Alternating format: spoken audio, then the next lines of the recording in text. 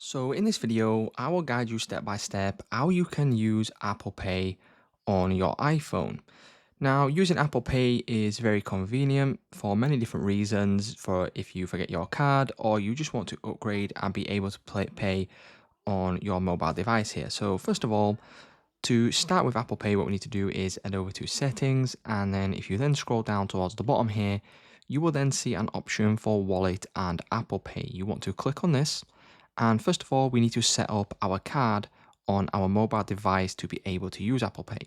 So what you want to do is scroll down, and then you will see an option for add card. Click on this, and from here you will then be able to go through the setup process. So if you want to add a debit or credit card, click on credit or debit card, and you will then be able to scan this onto your device. Now, once you do this, and once you have gone through the setup process, if you are on the iPhone 16 or later, or maybe even the older iPhones you can do this on, you can double click the side button here. And what this will do is it will bring forward your Apple Pay. Now, you will need to enter in your Face ID or passcode to be able to use this, but as you can see, you will then be able to hold this near the reader in a store, and you will be able to pay on Apple Pay.